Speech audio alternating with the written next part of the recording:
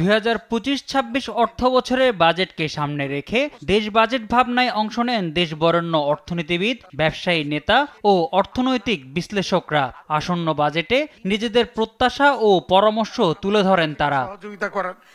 ঘাটতি পূরণে ঋণের উপর নির্ভরশীলতা কমানো, ব্যবসা বান্ধব করনীতি প্রণয়নের উপর জোর দেন অর্থনীতিবিদরা।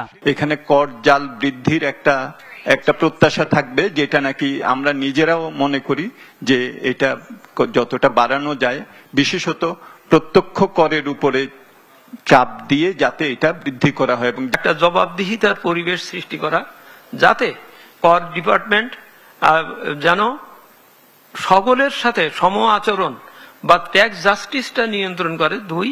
দুই হচ্ছে ব্যবসাকে যেন উদ্বুদ্ধ করতে পারে। ব্যক্তি আয়ের সঙ্গে সামঞ্জস্য রেখে বাজেট প্রণয়ন ও খেলাপি ঋণের লাগাম টেনে ধরার তাগিদও দেন তারা।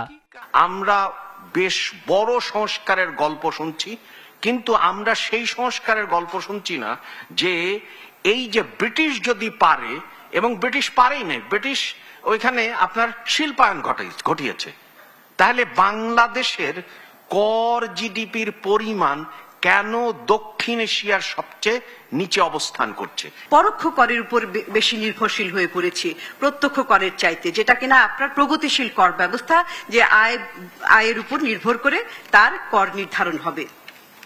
তো সেই ব্যবস্থার মধ্যে আপনি করতে যে স্বাভাবিকভাবে এই সামাজিক খাতগুলো কিন্তু পিছিয়ে পড়েছে।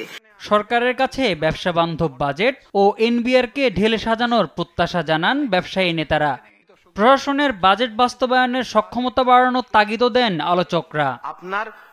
মোহাম্মদ সাকিব, দেশ টিভি, ঢাকা।